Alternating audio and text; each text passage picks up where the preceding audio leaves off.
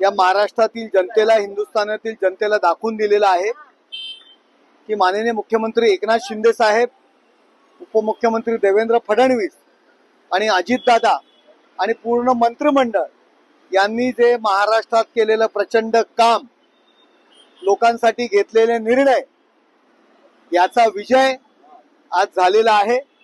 आणि महाराष्ट्राला खरी शिवसेना कुणाची, हिंदू हृदय सम्राट शिवसेना प्रमुख माननीय बाळासाहेब ठाकरे यांचे विचार कोण पुढे घेऊन जाऊ शकतो, याचं उत्तर महाराष्ट्रातील जनतेने संपूर्ण हिंदुस्थानाला दिलेलं आहे। एकनाथ शिंदे साहेब यांचं नेतृत्व आणि ते कसे योग्य आहे आणि महाराष्ट्राचा विकास कशा पद्धतीने घडू शकतं, याचं उत्तर आजच्या निकालांनी दिलेलं आहे। बहिणी भावाच्या पाठी उभ्या राहायला असं वाटतं का? कारण गेम चेंजर ठरली ती तुमची योजना।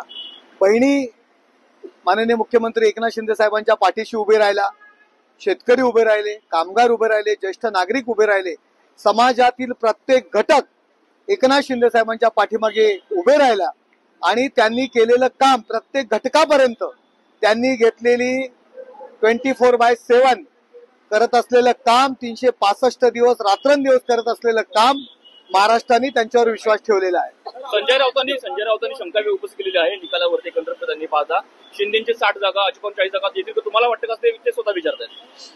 संजय राऊत यांना महाराष्ट्रातील जनतेने तोंडात जोडे हाणलेले आहेत, गिरे तो भी टांग ऊपर, अशा पद्धतीत त्यांची अवस्था आहे।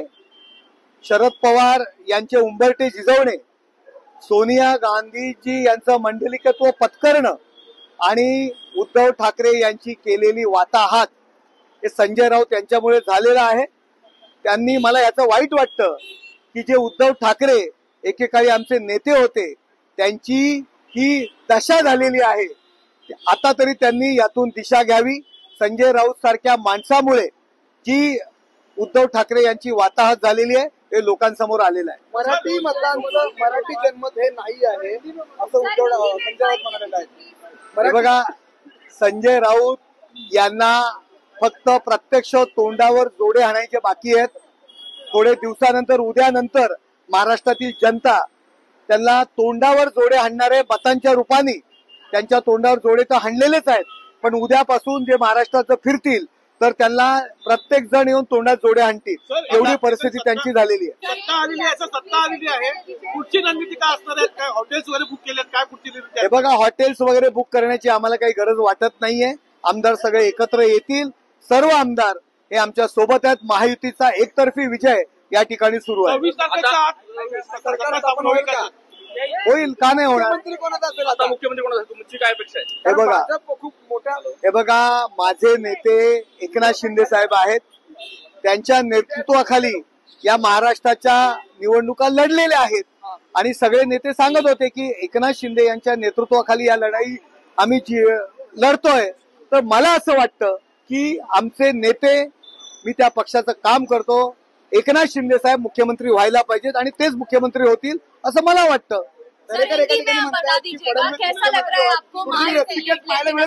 मी माझं मत मांडलं की एकनाथ शिंदे साहेब मुख्यमंत्री व्हायला पाहिजेत, कारण ते माझे नेते आहेत, मी त्या पक्षाचा कार्यकर्ता आहे। हम लोग कौन से शब्द में महाराष्ट्र के मतदारों का अभी आभार मानेंगे समझ में नहीं आ रहा है, क्योंकि हमें भी विजय की तो खतरी थी, लेकिन इतना ग्रैंड आशीर्वाद महाराष्ट्र की जनता देगी, मैं तो बोलता हूँ, और मेरी लाडली बहना है, उनको मैं सैल्यूट करता हूँ, उनकी मैं नतमस्तक होता हूँ। यह विजय में उनका बड़ा रोल है। कौन सी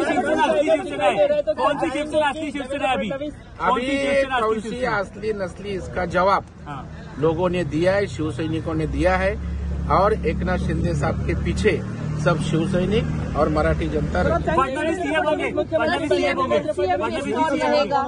एक मैं बताना चाहता हूं कि महायुति का ही सीएम बनेगा, और बट ऑब्वियस जिस पार्टी बड़ी है उस पार्टी को ज्यादा चांस रहता है, और भारतीय जनता पार्टी आज 125 के आसपास जाने की क्षमता अपना चांसेस है, और मुझे लगता है भाजपा का सीएम बनेगा तो हमारे देवेंद्र फडणवीस साहब ही इस महाराष्ट्र के मुख्यमंत्री बनेंगे।